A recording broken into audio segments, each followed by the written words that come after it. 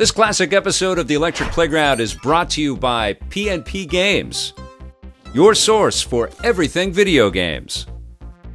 Support the partners that support Electric Playground. Remember, this episode first aired in 1999.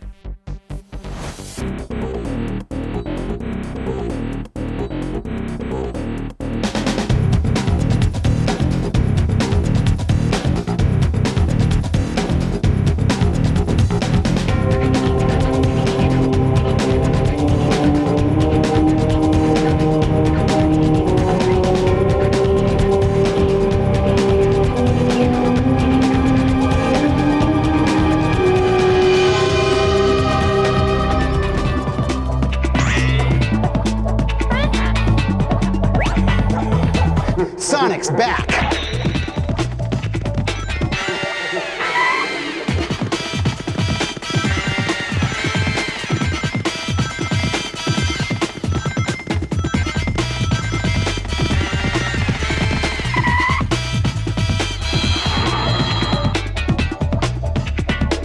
Hey, I'm at SEGA headquarters. I'm here with Neal Robison, and we're going to talk about Sonic Adventure for the Dreamcast. How you doing, Neal? Doing good, doing good. What are some of the levels in this game? What are we doing in this? We've got all kinds of things. There's one that takes place in Vegas in a casino.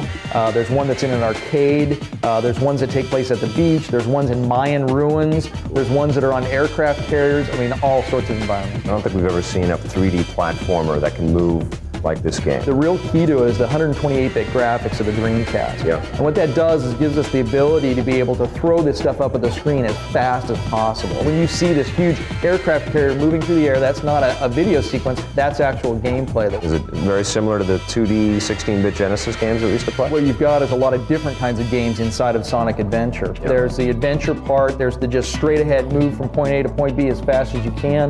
There's some puzzle things in there as well. And it depends on the kind of character you've got. You've got Sonic, Tails, Knuckles, Amy, E102, which is a robot of Dr. Robotnik. And then there's Big the Cat, a giant cat that is actually going around doing a lot of fishing. A giant fishing cat named Big. Who's looking for his friend who's a frog. Who's looking for his frog friend. Yeah, every single level you can play as all 6 characters. Excellent. So who's your favorite character? Knuckles has got to be it. His ability to climb walls and be able to fly gives him a distinct advantage. Any secrets you can tell us about? Yeah, pay attention to using that visual memory unit, and you'll see some secrets unlocked there. Now, what's going to happen with that VMU? You can actually take it to the arcade and plug it in and transfer data back and forth between the Dreamcast and the arcade. The Dreamcast modem. Are we going to be able to use that in the Sonic game? You can take your timing or your scores, be able to post those and compare those to other people around the country. How about a multiplayer game? Is there no, Sonic was never designed really to be that, but they're looking at that for future versions. Cool, maybe a deathmatch Sonic. Exactly. Tails just goes and kicks his ass. It'd be so much fun. I think Knuckles would be tougher. Yeah, Knuckles. Yeah, definitely. He's a crafty guy. Exactly. He's pretty sneaky. Okay, thanks, Neal. You bet.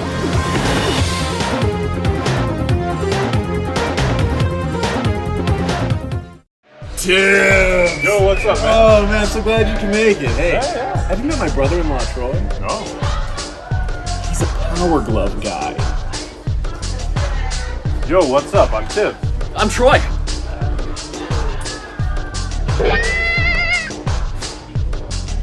Want to play Sman 64? Yeah. Hey, aren't you gonna ask about my Power Glove?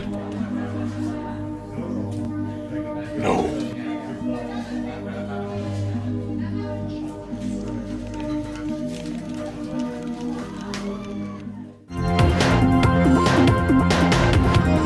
Here are 2 really cool sequels to 2 of the most critically acclaimed real-time strategy games ever on the PC.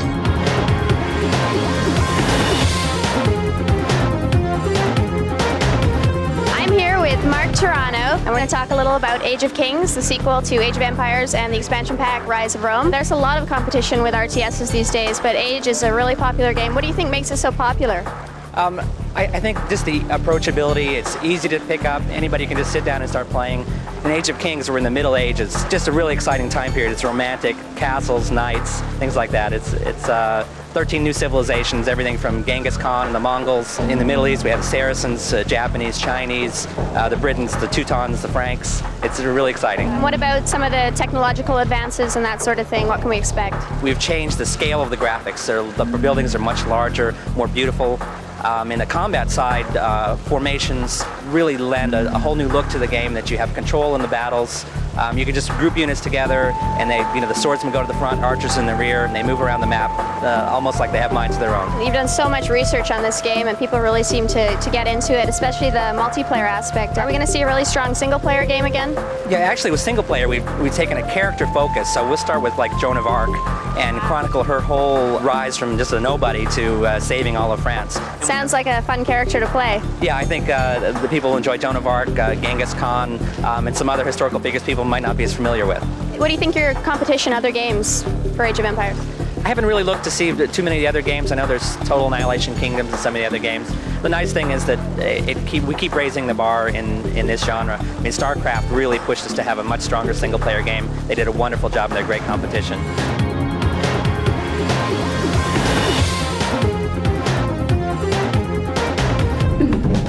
Anyway, we're getting really sick of robots. You know what I mean? And who isn't?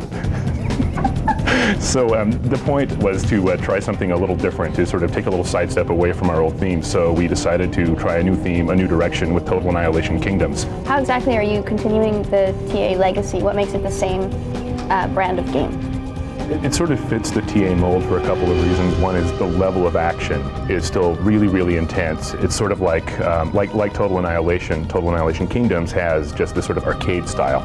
Lots of big explosions, lots of things going on, hundreds of units clashing with each other. I mean, just a sort of a scale that you don't typically get with an RTS game. What are some of the really cool things that we can expect to build in the game? You know, with TA we had a lot of gizmos and gadgets and stuff like that, but you know, we're doing a fantasy thing now, so we decided to really just sort of boil it down to magic. There's a lot of stuff. I mean, there's demons and archers, there's swordsmen, a trebuchet, which is kind of this big piece of medieval siege equipment which can just shoot many, many screens. So it's an RTS game, and RTS games mean you start with something really small and simple and it's really easy. So you have these little weak guys walking around and they have something minor like this. And then from that you build up to the next level of weapon or technology, and that would be something more like this. Oh my goodness. So here you go. Jeez, where do you keep this thing? And that's pretty, on the wall and locked up. Then later, we get things, you build up to stuff like this. I mean, later on in the game, gods and wizards and all kinds of stuff are walking around just leveling everything. So this is the kind of scale we're dealing with here. I want to talk about multiplayer. That was huge.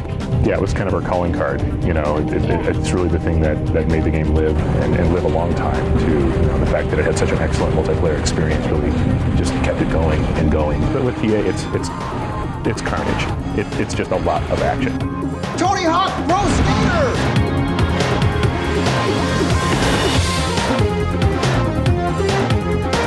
Well, I'm here at Activision with a good friend of mine, Scott Pease, and we're talking about skateboarding. Tony Hawk skateboarding. Right. Did Tony Hawk actually do motion capture for this? Sure did, yeah. We had Tony down at Skate Street in Ventura Skate Park. He was going big on their half pipe, and we had this monster motion capture set up with like grids of cameras, all different sides of Tony. I'm here at Activision with the one and only Tony Hawk, master skateboarder. What's it like to have your name as a title of a video game? Never thought I'd get to work on a video game, so I'm just stoked about that. And it actually looks like you. A little generous in the chest, which I don't mind. It's like the first totally realistic, true to the sport skateboarding game that's ever been done for the PlayStation. Now, do you skateboard? Scott, who's another designer on the project, he and I actually were very bad skaters as kids, watched Tony on films and stuff like that, and it was kind of our dream to do a skateboarding game like this because, you know, we sucked. But what makes this game so much more cooler than all the rest? Anything that you can do on a skateboard in real life, you can do in the game. So we got your full complement of flip tricks, we've got grabs, all the different grinds and slides. What's the best trick you can do? The face plant. Have you been teaching the team how to skateboard? Yeah, well, most of them got a crash course when we were doing the motion capture. A couple guys picked up boards and took some slams. Now, my favorite part of the game is when you actually get hit by a car. Did you do the motion capture for that? I did the driving for that action. Oh, right. Now, the game, you actually go and skateboard in all these like really interesting places. Like you can go to a shopping mall. It's true to life. I mean, you know, skaters are always on the lookout for anything, any terrain that looks like it'd be fun to skate, even if they're not supposed to be there. Uh-oh. We're getting booted. This is what happens in real life to skateboarders, see? Yeah, skateboarders get kicked out all the time. One thing we really wanted to emphasize was skateboarding is not about like racing so much, it's about tricks, and that's the emphasis of the game. In the levels, you can trick off everything. If it looks like you can grind or slide on it, then you can. So do you think I could get your autograph? Yeah, no problem. You have to get it tattooed. Okay. Okay. What other skateboarders are in the game? Well, in addition to Tony Hawk, we got like 9 of the top pros in skateboarding today working in the game. We got. Oh, jeez! Man, let me show you. Let me show you how this is done. Okay, just get on it and go.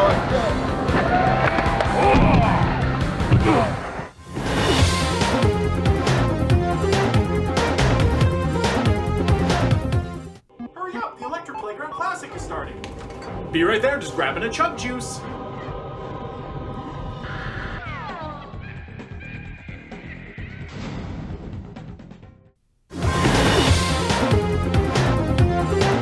You know, there's as many video game magazines out on the market today as there are dirty magazines. And I should know. Well, because I get a lot of video game magazines. Anyway, look, do yourself a favor and pick up the new mag by Computech Media called Insight. What has been the most challenging thing about putting this magazine and this whole website magazine together? Ja, erstmal vielen Dank, dass ich hier sein darf. Ja. Und das Schwierigste war für uns, die richtigen Leute zu kriegen, weil es ist nicht jeder so gut wie du, Tommy. Can you tell me a little bit about the whole concept behind it all, and what was your goal in this whole thing? Oh, absolutely. I mean, first of all, we wanted to create a magazine for every gamer, and not just for for the hardest players on this planet, but for every person that plays games. If you want to put it in one sentence, we want to be the maximum of gaming. You guys are spending $15 million on just television advertising for a video game magazine. Oh, never been done before. No, never. I mean, we wanted to make sure that everyone out here knows about this magazine. $15 million on what? Okay, firstly, TV advertising. Right. And as you know, no gaming magazine has ever gone to that level. Sam Bradley of 3C, a brand new copy of Inside Video Games magazine. Oh, you play video games. We've got NBC, CBS, TNT, Fox, Comedy Central, ESPN, TBS, UPN, USA Network, in addition to FX, Sci-Fi, and MTV. The competition looking at you guys with the eagle eye or what? Can you see the Bay Bridge? The Bay Bridge, yeah. Do you see the guys that stand there and want to jump down? Yeah. I think that's what the That's the competition competition. is going to do. What are you doing up here? Oh, Tommy, this is Patrick. He's the director of InsideGames.com. Hey, Tommy, I gotta go. I gotta go to a meeting. All right, It's really nice meeting you. Hundreds of thousands of video game websites on the internet.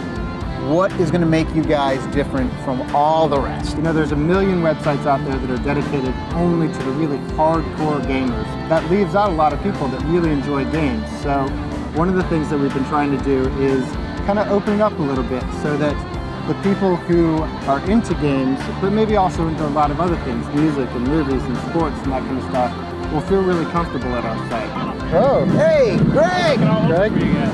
Well, you know, we're up here. You interview Miyamoto, and the headlines read, "Getting shiggy with it." This is great stuff. Yeah, totally. I mean, we're trying to just make the magazine much more entertaining than anything else. What can we expect in the first issue now? I saw, who's the guy on the cover, the wrestler dude? We got The Rock, we got Mankind, all the wrestlers. You know, we got THQ's WrestleMania 2000. I saw Kid Rock in the magazine. Yeah, that was pretty sweet. We had Kid Rock and his band members. We had like a celebrity battle on the Wu-Tang game. So basically you guys are getting like celebrities playing the games and talking about them. We're really trying to go for a more mainstream audience and make it a more fun read. There's millions and millions of people playing games that, you know, the Top Song magazine only sells a couple 100,000. What are other millions of people doing? There's a party. Hey, tell me about the first issue. We have Lara Croft on the first cover. We have this huge hot photo shoot with her. We took her all over the place. And I understand there's slow-mo shots in there. There's slow-mo shots as well. What makes your magazine different from all the rest? The style and the voice of the magazine are just more entertaining, more lighthearted. There's a lot of humor. It's just a lot of really cool stuff. Cool. Thanks for coming by to see us. All right. But I'm really swamped, gotta get back to work. Hello? Hello? Any more people from Insight? Anyone else? Insight people? I guess that's it, Vic. There's no one else here. Vic? Vic? Vic? Vic!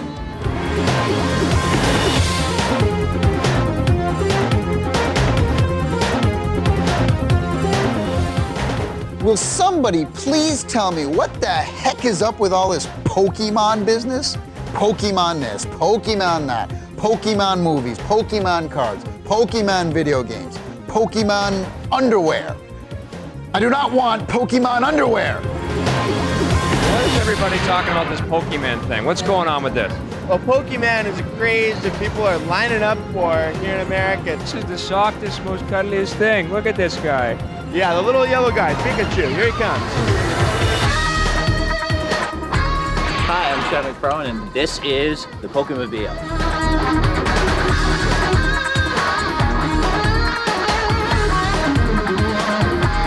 Best thing about the Pokemobile is as you're driving around, people tend to notice you. Pokemon is the best-selling game out there right now, any system. It all started off as a Game Boy game and has grown into a $4 billion industry. It's an interactive RPG, multiplayer, collecting, strategy, simulation, monster battle game. It's a riot. There's two versions of the game. There's the red version, and then there's the blue version. And now you got a Pokemon Yellow game coming out. What's this one going to be about?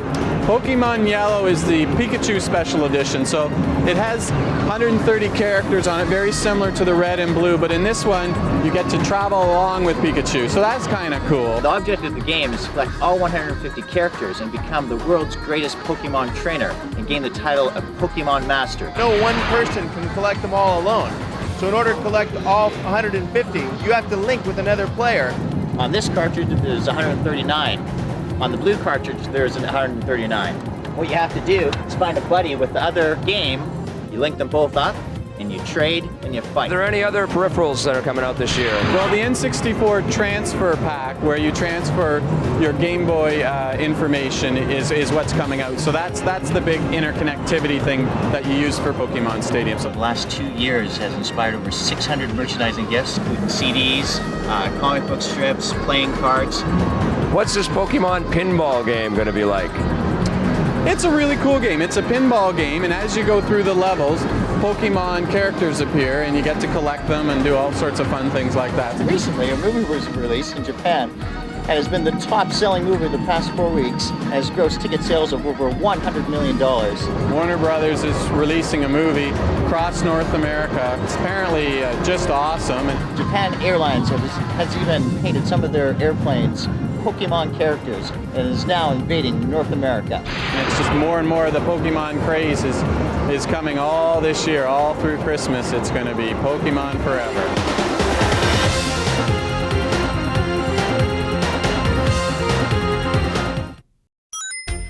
Lee here with a few reasons why you should be shopping at P&P Games. The selection, everything from retro favorites to contemporary hits.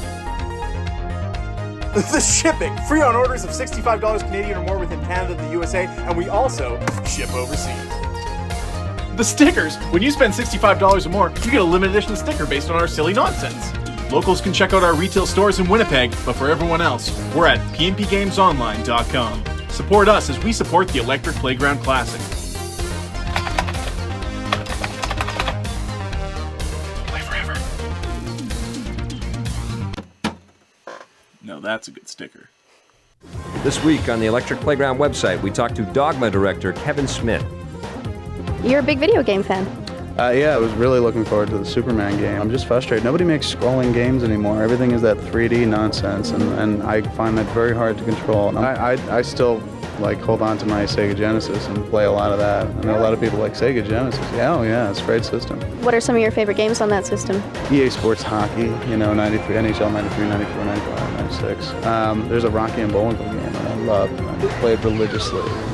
Things like that. There's some great licensed games like that. They put out a great Spider-Man game at one point, which I really enjoyed beating, and there's a Tiny Toons game. I'm really into the licensed stuff. Anything that I can watch as a program and then be the character, I'm all for it. Tune into the Electric Playground next week for more footage from Wizard World 99.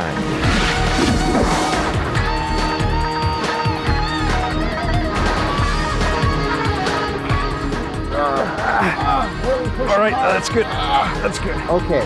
All right. Yeah. You stopped acting. Oh, yeah. What do you think? Does that look pretty good? Huh? What do you think about Mario Golf, man? For the Nintendo 64. Oh, that's cute. Mario Golf. It's my golf club. Golf. It's not for serious golfers. I Yeah. wouldn't put it on there. I disagree. Of course you do. I'm going to stop you right there, sir. It wouldn't be a fun show if you didn't disagree with me. I think serious golfers are going to get a kick out of this game. It's got everything you want out of a golf game. Tiger Woods golf, you know, if you want a serious, great game, if you're a serious guy, So, were you talking? Golf is a boring, sleepy game, but it's easy. Well, it's easy to play. Yeah. But it's not easy to beat. I'm just, you know, it's one of these typical Nintendo, I feel like I'm being spoon-fed and I'm like 3 years old with drool coming out of my mouth. I like all those characters. I like the crazy cartoon worlds. Right. He loves That's Mario. all fun. I love Mario. You show me your Mario underpants. It's a great multiplayer game. 4 people can play at the same time. Yeah. The mini golf game is really fun, and that's going to be good for kids. But I also think that just serious hardcore golfers are going to find lots to play in this game and lots to enjoy. If you're 7, you'll love this game. Or if you're Vic. If you're 70, you'll love this game. It was one of the best games I played this year, and it's definitely one of the best Nintendo. One of the best games you played this year. It was. Because it's that good, I'd give it a 9.5 out of 10. Well, For what it is, it's Metal a 9.5. Gear Solid is a 9.510. Mario Golf is not. I'd give it a 7.7. I didn't like the golfing in Metal Gear Solid. Though. You didn't, did you? The Jammer Lammy. Speaking of being spoon-fed baby, that baby level. That was a freaky level. It's a weird game. Let me tell you something. Start to finish, a weird game. I'm a huge fan of Parappa the Rapper. Parappa the Rapper was, you play this game and you're going like, wow, this is some really freaky stuff. Yeah. And it's really funny.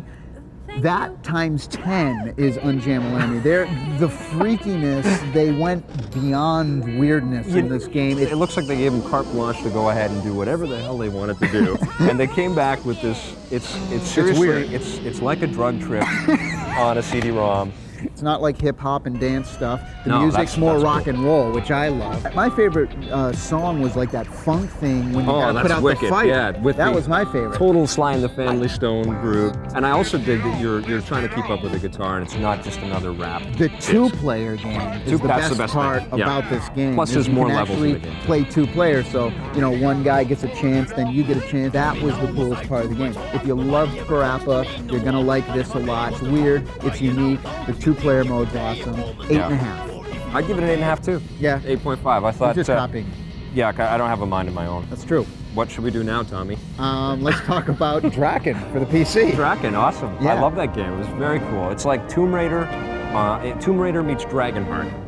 Bang. Okay. There you go. All right, end of review. No, it's a really fun game. The graphics are insane. I wasn't 100% happy with the way I moved around. You love to hack and slash, and there just wasn't enough hacking and slash. A lot of exploring. Like, if you're not one of those people who love like exploring for 7 hours, then you might want to think twice about this game. But if you are a person who loves to go around, explore different areas, boom, boom, do all this stuff.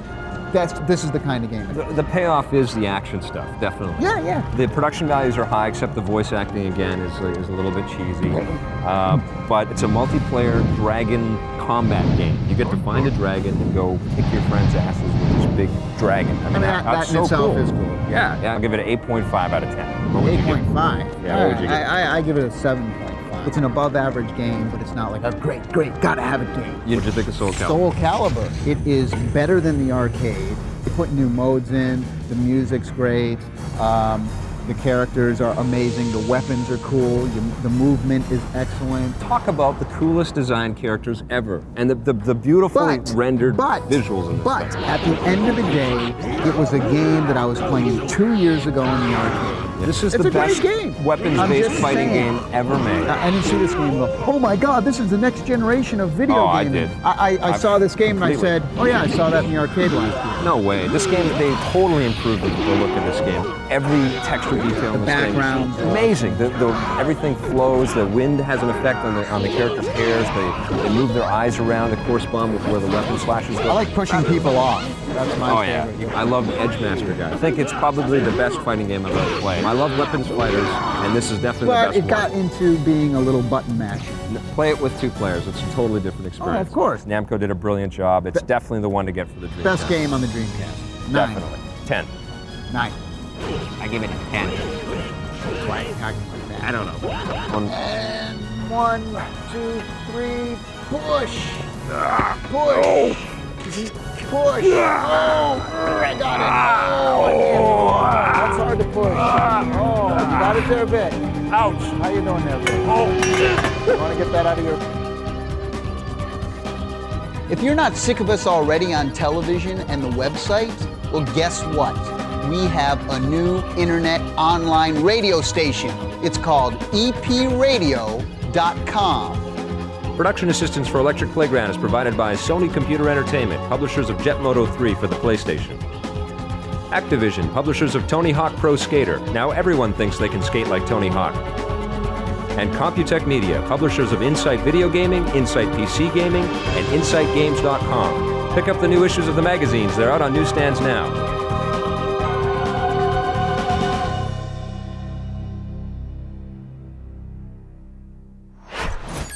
This classic episode of the Electric Playground was brought to you by P&P Games, your source for everything video games. Support the partners that support the Electric Playground. Thanks for watching, and play forever.